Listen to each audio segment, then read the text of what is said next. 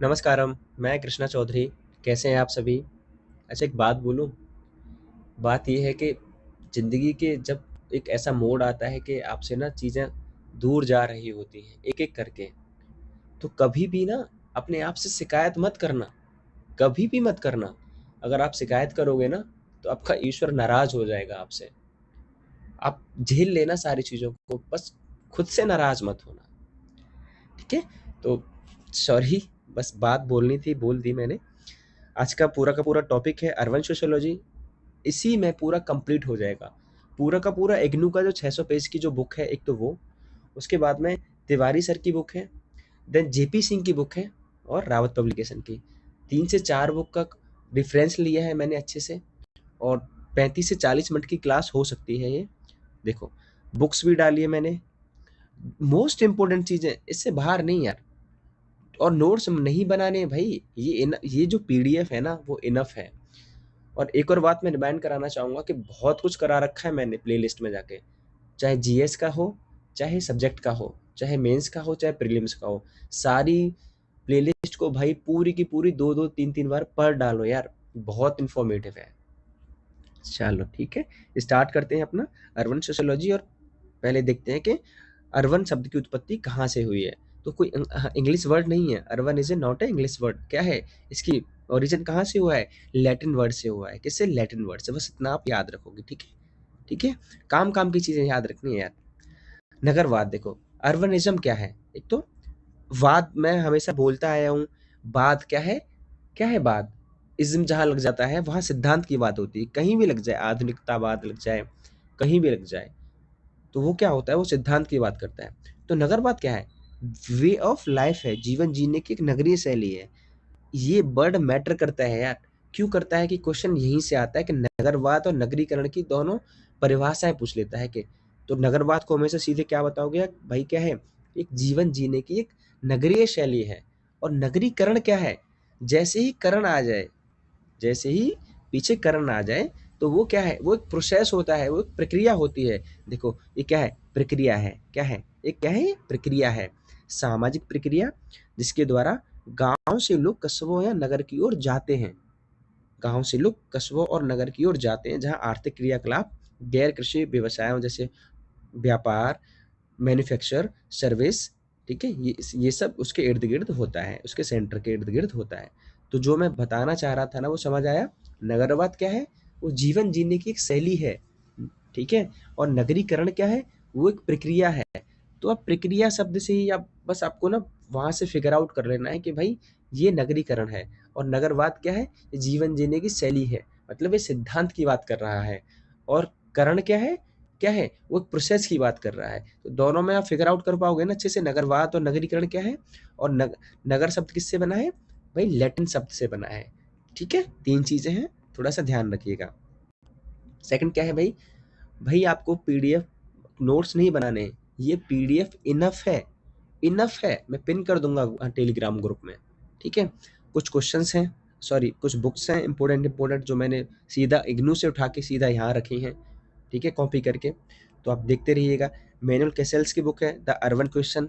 इस बारी के एडीवी 52 में जो प्रोफेसर वाला जो एग्जाम हुआ है, ठीक है, उसमें सीधा मैनुअल कैसेल्स की ये बुक ना पूछ के ना, उनका सिद्धांत पूछ लिया गया था नगरवाद पर, ठीक है। नगर जो उनके विचार थे वो पूछ लिए गए थे।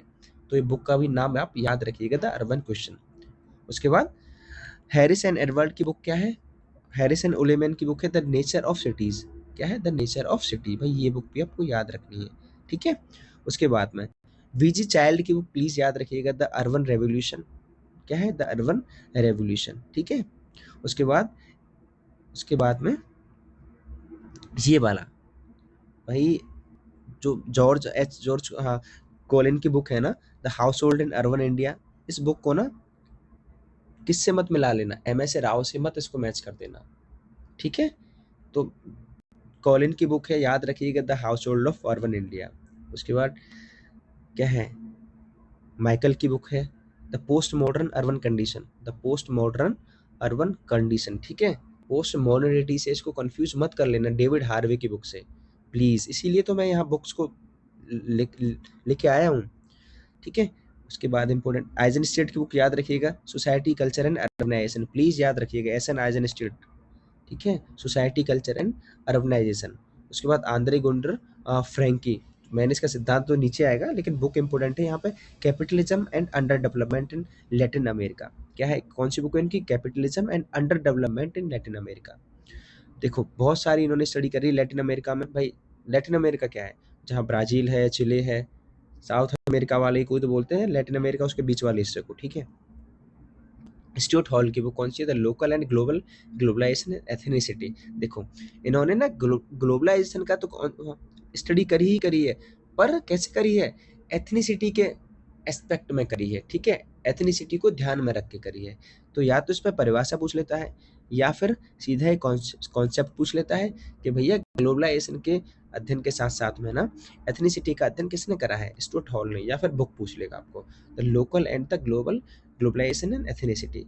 उसके बाद में ये बुक भाई खुद पढ़ लेना, हाँ उलेमैन की बुक है द नेचर ऑफ सिटीज़, ये हाउले की बुक है human ecology, Robert Ezra Parks, इसको कंफ्यूजन मत कर लेना, human ecology, theory of community structure, Henry Lefebvre की बुक। भाई ये तो कॉन्सेप्ट कई बार पूछा गया है और प्रोफेसर वाले और नेट वाले में तो पूछा गया है। क्या पूछा गया है भाई, स्पेस वाला, स्पेस हाँ प्रोडक्शन की बात कौन करता है, हेनरी लेफ्रे, ठीक है। Louis Mumford the city of history, ये बुक है आप देख लेना प्लीज यार, सारी की सारी इंपोर्टेंट बुक हैं, ठीक है।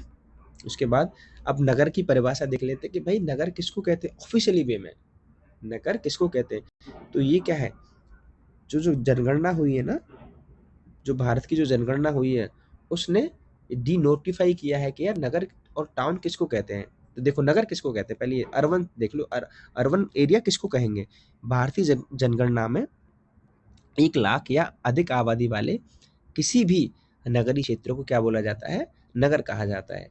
तो भाई 1 लाख जनसंख्या जहाँ होगी उसको क्या कहेंगे, उसको नगर कहेंगे, ठीक है।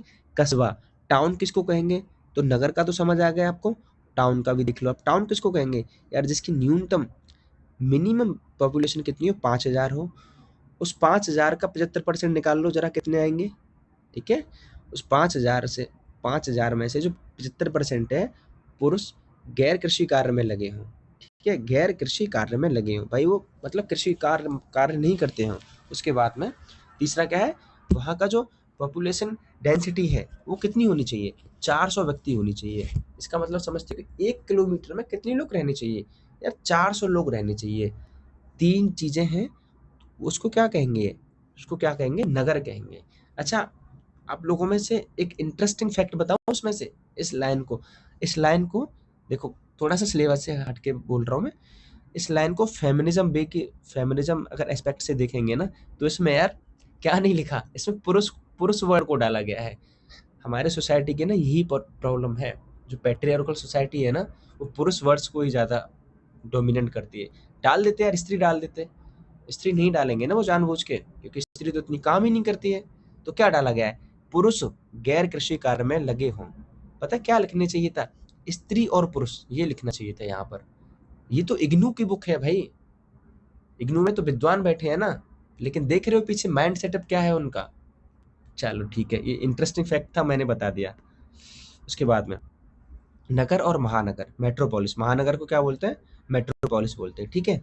तो बस ये वाला जो मैंने क्यों डाला है, इतना बड़ा मैंने सेगमेंट वहाँ से क्यों डाला है, इसलिए डाला है कि यार सोरोकिन और जिमरमैन ने ना 8 विशेषताएं बताई हैं, ठीक है, 8 विशेषताएं बताई हैं। बस आप इसी को याद रख लेना और थोड़ा सा ये 8 विशेषताओं पर ना एक बारी नज़र मिला लेना। जैसे व्यवसाय, पर्यावरण, समुदाय का आकार, जनसंख्या घनत्व, आबादी की हेट्रोजेनिटी या फिर होमोजेनिटी, सामाजिक विविधीकरण, स्ट्रेटिफिकेशन, ठीक है, गतिशीलता, अंतःक्रिया की पद्धति। अब ये वाला थोड़ा सा आप याद रखना, ठीक है, अंतःक्रिया की पद्धति। वहाँ पर अगर ऑड वन आउट वन करने को आएगा ना, तो फिर हम शायद इसको निकाल देंगे, अंतःक्रिया की पद्धति, बोले ये क्या है, ये तो मैच ही नहीं हो रहा है, इसी से आप कंफ्यूज हो जाओगे, ठीक है। चलो उसके बाद में मेट्रोपोलिस की अवधारणा देख लेते हैं कि मेट्रोपोलिस क्या है, महानगर क्या है भाई, क्या है मेट्रोपोलिस। एक ग्रीक शब्द है जो वास्तव में 2 शब्दों से बना है, ये तो काम का नहीं है। उसके बाद में लेविस मम्फोर्ड ने यूरोप में प्रौद्योगिकी विकास के स्तरों के आधार पर नगरों का वर्गीकरण किया। देखिए वर्गीकरण पूछा जाता है यार, ठीक है, किसने करा है? लुइस मम्फोर्ड ने करा है। तो इयोपोलिस, पोलिस, मेट्रोपोलिस, टायरेनोपोलिस और नेक्रोपोलिस, आप इस क्लासिफिकेशन को प्लीज आप याद रखिएगा। ये पूछा जाता है भाई एग्जाम में कि शहरों का जो वर्गीकरण किया है ना मेट्रो, वो किसने मतलब किसने किया है और नाम क्या क्या है उसको। तो यही क्रम है, इयोपोलिस, फिर मेट्रोपोलिस, फिर टायरेनोपोलिस, फिर नेक्रोपोलिस। ठीक है, उसके बाद में अब इंडियन सेंसस के हिसाब से देख लो कि भाई महानगर किसको कहते हैं? किसको कहते हैं? जिस नगर की जनसंख्या 10 लाख से ज़्यादा हो, 10 लाख है या फिर उससे ज़्यादा है, उसको क्या बोलते हैं? महानगर बोलते हैं। क्या बोलते हैं इसको? मेट्रोपोलिस। मेट्रोपोलिस पूछा जाता है एग्जाम में, महानगर कम पूछा जाता है। क्या पूछा जाता है? मेट्रोपोलिस पूछा जाता है। तो मेट्रोपोलिस की जनसंख्या कितनी होनी चाहिए? 10 लाख होनी चाहिए। ठीक है, चलो उसके बाद ये डेटा है यार, क्या है? देखो ये डेटा है, मैंने ना कहाँ से लिया है? जो अर्बन मिनिस्ट्री है ना उससे लिया है। ठीक है, तो ये देखो इसमें क्या लिखा है। मैंने बोला अभी 10 लाख से जनसंख्या वाले जो शहर ज़्यादा हैं, मतलब जिनकी जनसंख्या 10 लाख से ज़्यादा है या 10 लाख है, वो क्या है? वो मेट्रोपोलिस है। तो 2001 की जनगणना के अनुसार कितने महानगर थे इंडिया में, और 2011 की जनगणना के अनुसार कितने महानगर हैं भारत में? तो देखो थोड़ा सा मैं जूम कर देता हूँ। ये तो है 2001 की जन ये तो है 2001 की जनगणना, ठीक है? ये है 2011 की जनगणना। ओके, तो 2011 में थोड़ा सा कंपेयर करके देख लेते हैं, लेकिन याद क्या करना है? 2011 वाला याद करना है हमें। तो 35 थे भाई, क्या थे? 35 महानगर थे। अब कितने हो गए? अब 55 हो गए, लेकिन इसमें 53 दिखा रखे हैं, 2 और बढ़ गए। तो अगर एग्जाम में 55 आए तो फिर 53 पे टिक मत लगाना, है ना? अगर 55 ना आए, अगर 53 आए, 53 आए, भाई महानगर की संख्या कितनी है 2011 की जनगणना के अनुसार, तो क्या आंसर लगाएंगे आप? 53 लगाएंगे। ठीक है, चलो। और हाँ, संवैधानिक नगर क्या है? सॉरी, सांविधिक नगर, संवैधानिक नहीं, सांविधिक नगर क्या है? ये कितने हैं? 4041 हैं। कितने हैं? 4041। और जनगणना शहर कितने हैं? 3894। ये क्या है? क्लासिफिकेशन कर दिया यार शहरों का, अपनी सुविधा के अनुसार क्लासिफिकेशन कर दिया, पर याद रखना कि सांविधिक नगर शहर कितने हैं और जनगणना के शहर कितने हैं। ओके, चलो। तो ये इनकी लिस्ट है कि भाई कौन कौन से हैं। 53 शहर बताए गए हैं महानगर जो मेट्रोपोलिस हैं, बस ये है। तो मैंने थोड़ा डाल दिया है डाटा, देख लेना, जरूरत नहीं है वैसे तो, पर इतना ही याद रखना कि कितने शहर है मेट्रोपोलिस में। उसके बाद में मेगा सिटी, ठीक, क्या है? मेगा सिटी, जिसकी संख्या देखो, मेट्रोपोलिस की संख्या कितनी थी? 10 लाख से अधिक। मेगा सिटी की मेगा सिटी की जनसंख्या कितनी होती है? 50 लाख से अधिक। ठीक है, तो 2001 की जनगणना के अनुसार भारत में कितनी मेगा सिटीज थी? 6 थी। भैया आपका काम क्या है? आपका काम ये है कि आप देखना 2011 की सेंसस के अनुसार इंडिया में मेगा सिटीज कितनी हैं, और दोनों के मेजरमेंट याद रखने हैं कि मेट्रोपोलिस किसको कहते हैं और मेगा सिटीज किसको कहते हैं। ओके, चलो। तो वर्गेल की बुक का नाम याद रखिएगा, अर्बन सोशियोलॉजी है। उसके बाद ग्रामीण नगरीय सातत्यता, तो ये थोड़ा अवधारणा है, देखते हैं। नगरीय प्रघटना के अध्ययन के दो उपागम हैं, ठीक है, 2 से 3 प्रमुख उपागम है। एक तो पारिस्थितिक उपागम है, और एक खुद का नगर का ही है, एक आदर्श प्रकार से है। ठीक है, चलो एक एक करके देख लेते हैं इसको। तो आइडियल टाइप जो है, नॉन पोलर और पोलर, ये अर्बन एरिया की स्टडी के लिए है। ज़्यादा कुछ इसमें समझने लायक है नहीं। देखो नॉन पोलर वो है जिसमें जो काल्पनिक थोड़ा ज़्यादा होता है। क्या होता है? काल्पनिक होता है। ठीक है, वो काल्पनिक विशेषताओं को ज़्यादा अपने आप में इंक्लूड करता है। वो क्या है? वो नॉन पोलर है। ठीक है, उसके बाद पोलर क्या है? जो अपने जो एक्सपीरियंसेस हैं उनकी तुलना करता है दो चीज़ों के साथ में, तो बीच वाली जो चीज़ है वो आसानी से हमें फाइंड आउट हो जाती है। ठीक है, तो पोलर और नॉन पोलर क्या है? ये अर्बन स्टडी के लिए इस 2 टूल्स हैं। तो इनको भी आप याद रखिएगा कि नॉन पोलर और पोलर, देखो पोलर आइडियल टाइप और नॉन पोलर आइडियल टाइप, ये किसके लिए यूज़ करे जा रहे हैं? किसके लिए यूज़ करे जा रहे हैं? अर्बन एरियाज़ की स्टडी के लिए यूज़ करे जा रहे हैं। ठीक है, उसके बाद ये देख लो, ग्रामीण नगरीय सातत्यता किसकी अवधारणा है? रेडफील्ड की अवधारणा है। किसकी अवधारणा है? रेडफील्ड की अवधारणा है। अच्छा, तो एक तो नॉन पोलर हो गया, एक होगा पोलर हो गया, एक क्या हो गया? ट्रेड कॉम्प्लेक्स हो गया। ये क्या है? देखो व्यवसाय, इस उपागम से क्या-क्या दिखते हैं इस उपागम में? व्यवसाय बिजनेस देखते हैं, उसका उसका साइज देखते हैं, उसकी डेंसिटी देखते हैं, उसकी होमोजेनिटी देखते हैं, वो कितना इको फ्रेंडली है या नहीं है। क्या है ट्रेड कॉम्प्लेक्स का मतलब क्या है कि भाई होल चीज़ों को लेते हैं, उसके सारे के सारे डायमेंशंस को लेते हैं, अर्बन एरियाज के हर पहलू को लेते हैं। वो क्या होता है, वो ट्रेड कॉम्प्लेक्स होता है। ठीक है। और नॉन पोलर और पोलर क्या है, इसमें एक एक चीज करके देखते हैं, सारी चीजों को सारे डायमेंशंस को इसमें नहीं लेते हैं। तो किसकी अवधारणा है, रॉबर्ट रेडफील्ड की अवधारणा है ग्रामीण नगरीय सातत्यता। उसके बाद ये 3 टूल्स हैं, ट्रेड कॉम्प्लेक्स, उसके बाद में non polar, then polar. Okay. उसके बाद में आप यहाँ आइएगा क्या कि थोड़ा सा यहाँ देख लेना कि रेडफील्ड ने क्या क्या करा है। भाई रेडफील्ड ने जिसे ग्राम से सातत्यता के नगरीय छोर की ओर महत्वपूर्ण परिवर्तनों के रूप में देखा है, उसका चिंतन कहाँ करा है, मेरिडा सिटी में करा है। कहाँ करा है, मेरिडा सिटी में करा है। ठीक है, युकाटान में।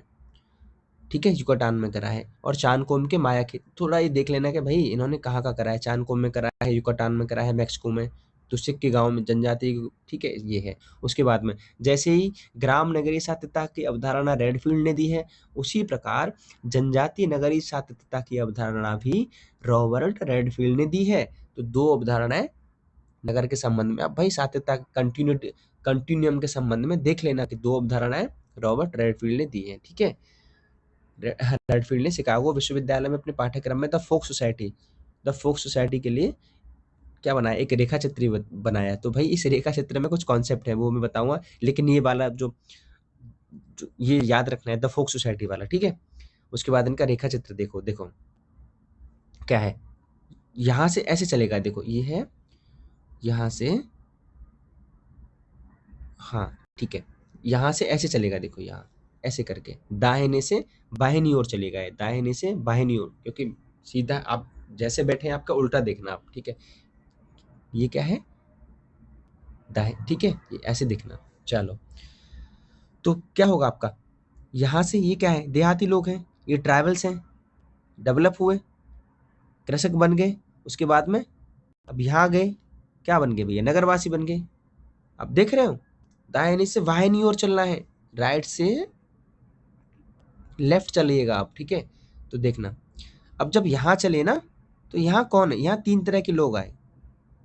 बस आप ये 3 नाम याद रखिएगा, एक तो रीमेड फॉक है, एक बेजिस्टेलियल फॉक है, और एक वर्ल्ड नोमेड फॉक है। तो 3 प्रकार के फॉक के बारे में कौन बात करता है, रीमेड फॉक, बेस्टिजियल फॉक और वर्ल्ड नोमेड फॉक के बारे में कौन बात करता है, रॉबर्ट रेडफील्ड साहब बात करते हैं। ठीक है। उसके बाद में एक देखो यहाँ वाला अर्धग्राम में, तो ये वाला है एक अर्धग्राम में, एक ये वाला, और एक अर्बेनिटीज, स्पेशली वर्ड इन्होंने यहाँ मेंशन करा है। तो 4 से 5 वर्ड हैं, प्लीज आप ये याद रखिएगा। बाकी तो आपको चीजें, ये जो फिगर है इसमें ज़्यादा कुछ समझना नहीं है, बस इतना समझो कि पहले लोग देहाती थे, उसके बाद में और डेवलप हुए, इन सब चीज़ ट्रांसपोर्टेशन के कारण, फिर थोड़ा सा ऑक्यूपेशनल आइसोलेशन हुआ, ये सब चीज़ें हैं, ज़्यादा इसमें डीप जाने की जरूरत नहीं, बस ये 3 चीज़ें आप ये याद रखिएगा। और अर्धग्राम में क्या क्या है, चरवाहा है, लकड़हारा है, और अर्बनिटीज वाला, ये सब याद रखना। ठीक है। चलो, उसके बाद में कुछ सिद्धांत हैं नगरीय परिस्थिति के, अर्बन इकोलॉजी के।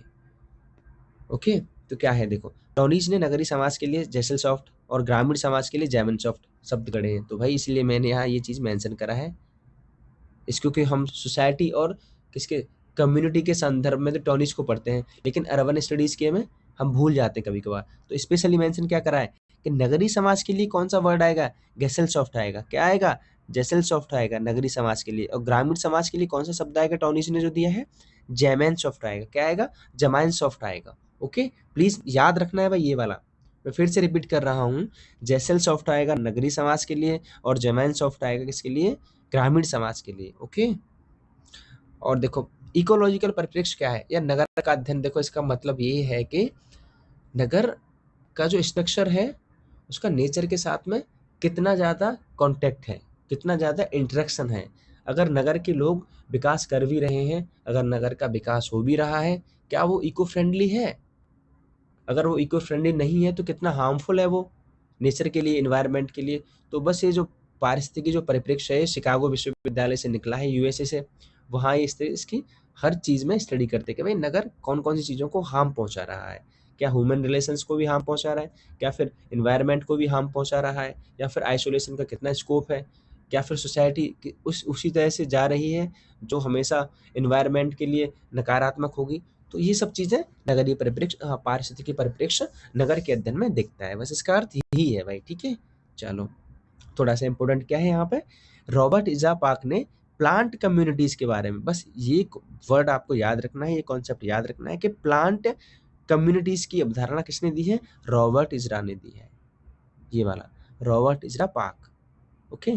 प्लांट कम्युनिटीज की स्थापना अवधारणा किसने दी, रॉबर्ट इज़रा पार्क ने। तो प्लीज आप ये भी मेंशन करते रहिएगा, ठीक है। उसके बाद में क्या कह रहे हैं रॉबर्ट पार्क भाई, उनका मानना है कि समाज के दो पहलू होते हैं, एक और तो मानवीय स्वभाव है जो उत्तरजीविता के लिए प्रतिस्पर्धा में व्यस्त है। ये क्या है, वक्त नहीं है, ये क्या है, व्यस्त है, जिससे दूसरों के साथ संबंध पूरी तरह से उपयुक्तवादी है, ठीक है, उसकी और अभिव्यक्ति है। दूसरी ओर क्या है, सर्वसम्मति और सामान्य उद्देश्य की अभिव्यक्ति है। एक और तो व्यक्ति की स्वतंत्रता सर्वोच्च है, दूसरी ओर व्यक्तिगत इच्छा अतिजीव सुपर ऑर्गेनिज्म के रूप में समाज के सामूहिक मस्तिष्क के अधीन है। पार्क ने पहले को समुदाय और दूसरे को समाज कहा। तो भैया ये वाला जो शब्द है ना, ये वाला कॉन्सेप्ट आपको याद रखना है, ठीक है। पहले को तो क्या बोला, समुदाय बोला, और दूसरे को क्या बोला, समाज बोला। अर्बन स्टडी के किस विद्वान ने समुदाय और समाज की अवधारणा दी, हेनरी मैन मत कर देना सोसाइटी एंड सिविटिस वाला, आंसर क्या करना है, रॉबर्ट इज़रा पार्क करना है भाई। बात क्लियर है ना। चलो उसके बाद में चार्ल्स डार्विन की ये जो वाला मैंने जो पहरा है ना इसलिए डाला है कि यहाँ से एक ना इंपॉर्टेंट बुक है, कौन सी है, द ओरिजिन ऑफ स्पीच में ना क्या है, वेव ऑफ लाइफ की कॉन्सेप्ट दिया है चार्ल्स डार्विन साहब ने, ये वाला वेव ऑफ लाइफ, इसलिए पढ़ लेना थोड़ा सा, नीचे वाले पैराग्राफ को, ज़्यादा कुछ है नहीं है, लेकिन ये वाला जो कॉन्सेप्ट है वेव ऑफ लाइफ भाई वो तो आपको याद रखनी है। द ओरिजिन ऑफ स्पीच में किसकी अवधारणा दी है, वेव ऑफ लाइफ की अवधारणा, ओके।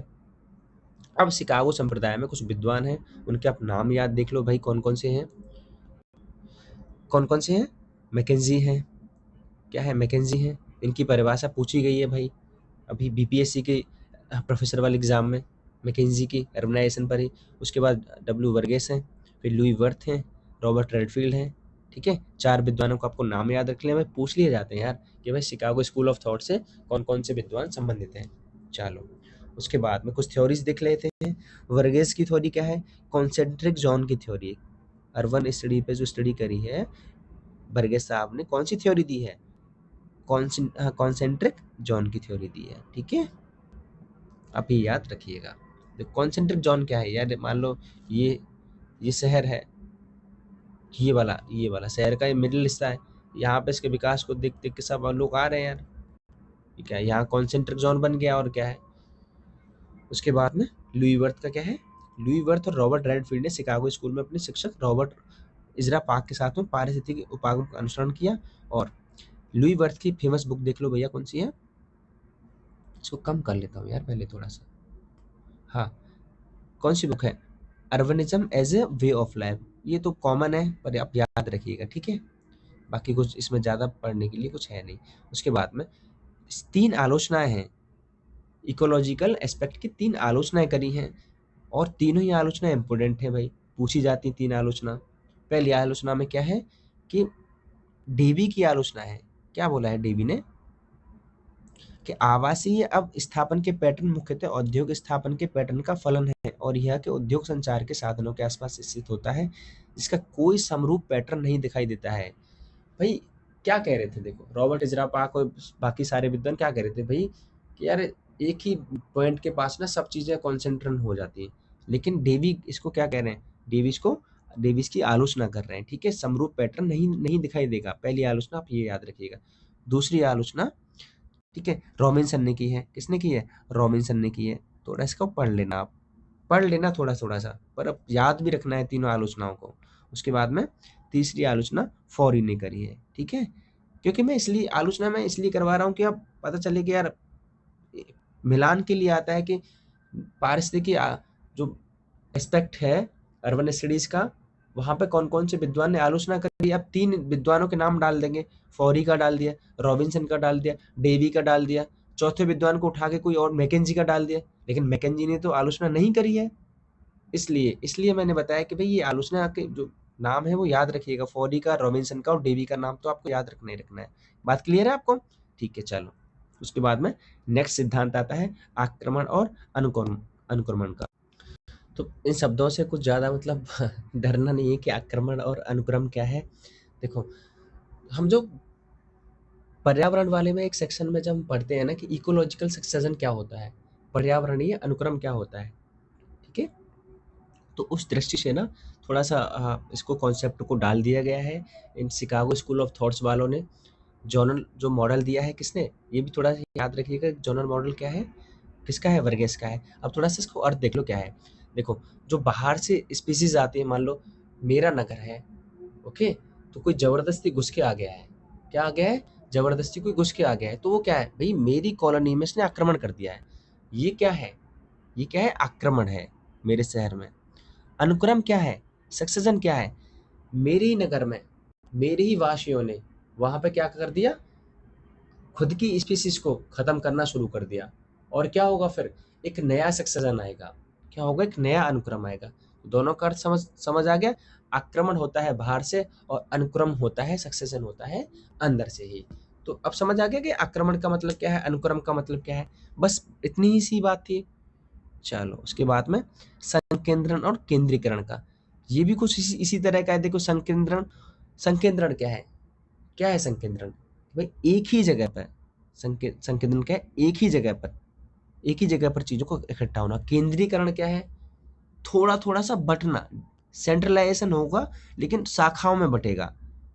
ओके, बस इतना ही है, इसका कुछ ज्यादा अर्थ नहीं है, पर ये संबंधित है स्टडीज के लिए, इसलिए मैंने यहाँ डालने के भाई संकेंद्रण और केंद्रीकरण का क्या अर्थ है, उसके बाद में आक्रमण और अनुक्रम का क्या अर्थ है, उसके बाद में ट्रेट कॉम्प्लेक्स का क्या अर्थ रहा है। तो ये संबंध, अब जैसे ये सब समझ आएंगे ना आपको दिखेंगे, तो आप सीधा का सीधा आप फिगर आउट कर लेंगे कि भाई ये अर्बन स्टडीज से संबंधित है।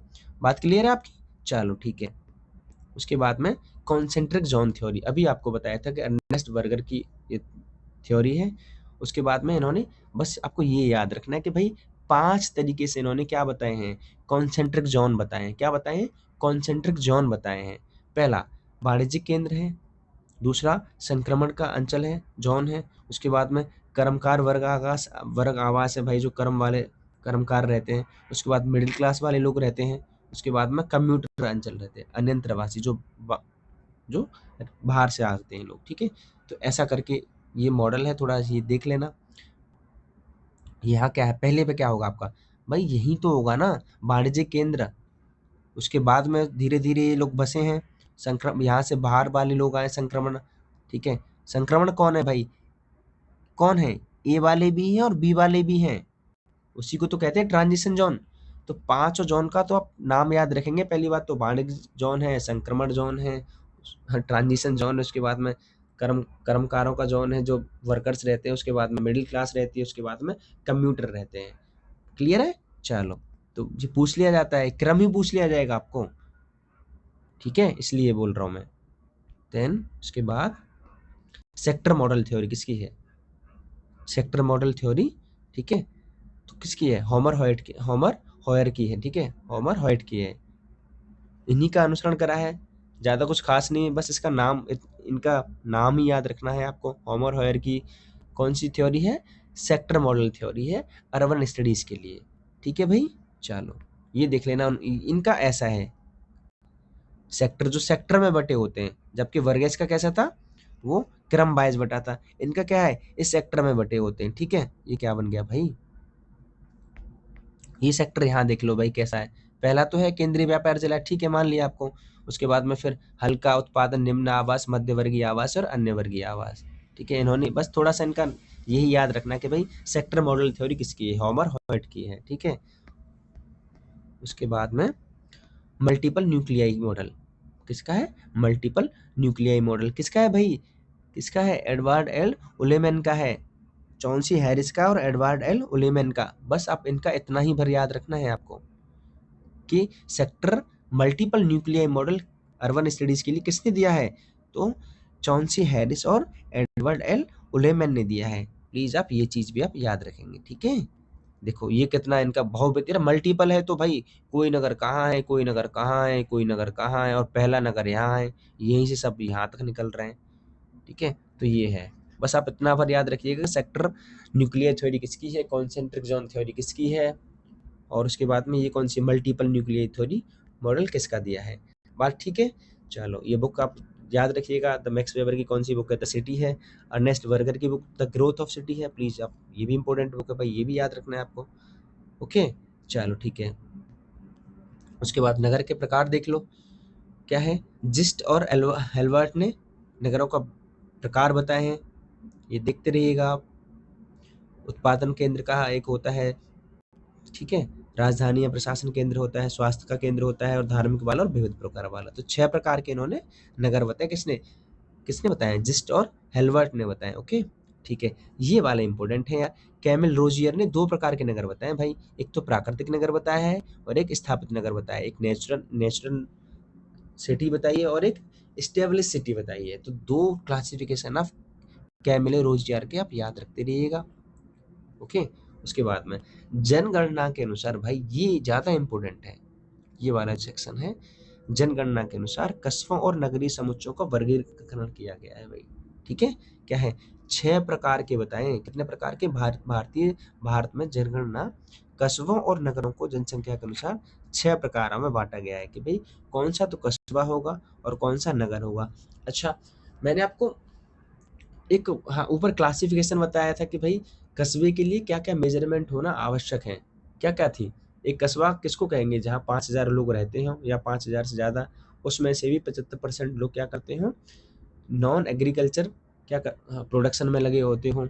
ओके, और 75 क्या होती, सॉरी 400 स्क्वायर मीटर क्या होती है, उसकी डेंसिटी होती है। ठीक है, तो ये है। अब ये याद रखना कि भाई कस्बों और नगरों के कितने प्रकार बताए, 6 प्रकार होते हैं।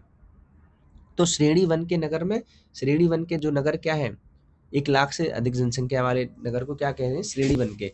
6 प्रकार की श्रेणियों के नगर बताए हैं। श्रेणी 2 में 50,000, श्रेणी 3 में 20,000, श्रेणी 4 में 10,000, श्रेणी 5 में 5,000 और श्रेणी 6 में 5,000 से कम। ओके, ये क्लासिफिकेशन भाई इंपॉर्टेंट है, प्लीज आप याद रखिएगा। चलो, उसके बाद आशीष बॉस की बुक है इंडियाज अर्बनाइजेशन। ठीक है, ठीक है। चलो, पूर्व औद्योगिक नगर की अवधारणा देखो। इस शब्दावली, ये जो वर्ड जो कॉइन करा है, ये किसने किया है, किसने किया है, ठीक है, इन भाई साहब ने करा है, सजोबर भाई साहब ने किया है। तो आप इसलिए ये चीज मैंने जो मेंशन करी है, इन्होंने इसके लिए 3 चीजें बताई हैं कि पूर्व औद्योगिक नगर की विशेषताएं क्या क्या होती हैं। भाई इसमें पारिस्थितिक संगठन होता है, ये याद रखना है, आर्थिक संगठन होता है और एक सामाजिक संगठन होता है। ठीक है, चलो 3 इंपॉर्टेंट बुक हैं। एक घोष की बुक है the city in early historical India, MS Rao की बुक है ट्रेडिशनल अर्बनिज्म एंड अर्बनाइजेशन, और जोवा की बुक है the pre industrial city. Okay भाई, इनकी बुक का नाम है प्री इंडस्ट्रियल सिटी, और इन्होंने ही ये टर्म कॉइन करा है। और पूर्व औद्योगिक नगर में 3 विशेषताएं होती हैं, कौन कौन सी, पारिस्थितिक संगठन, आर्थिक संगठन और सामाजिक संगठन। प्लीज आप याद रखते रहिएगा इस चीज को भी। नगर के प्रकार, नगर यार क्या क्या काम करता है, उसका फंक्शन क्या क्या होता है। तो आरुषि ने 6 उसके फंक्शन बताए अर्बन कि भाई अर्बन के 6 फंक्शंस होते हैं। प्रशासनिक, रक्षा, सांस्कृतिक, उत्पादन कार्य, संचार कार्य और मनोविनोद कार्य। ठीक है, मनोविनोद माने वह जो एक्टिविटीज होती हैं, कैरिकुलम एक्टिविटीज, ठीक है, स्पोर्ट्स वाली एक्टिविटी, ये सब। देन उसके बाद क्या है, चौंसी हैरिस ने क्या बोल, और एडवर्ड एलोमेन ने 2 प्रकार के नगर बताए हैं, केंद्रीय स्थान वाले नगर, परिवहन नगर। बहुत इंपॉर्टेंट है भाई, याद रखना है इस चीज को भी आप। केंद्रीय स्थान वाले नगर हैं, परिवहन नगर हैं, ठीक है, ट्रांसपोर्ट जो सिटी होती है। उसके बाद विशिष्ट प्रकार नगर बताएं, कितने हैं? विशिष्ट प्रकार नगर बताएं। यार ये क्या हो गया, चलो, तो उसके बाद में 6 प्रकार के तो कस्बे बताए थे, 10 प्रकार के नगर के काम।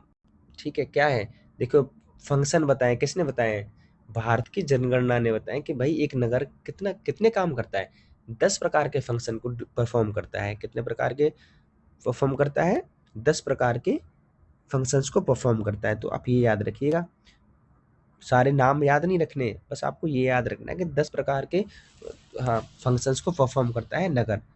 ठीक है, प्राथमिक में देख लो खेतीहार, कृषि मजदूर, ये सब उद्योग में क्या क्या काम करता है, और व्यापार परिवहन में। ओके, तो मार्क जेफरसन ने ठीक ही टिप्पणी की है, इनकी परिभाषा है, याद रख लो यहाँ से।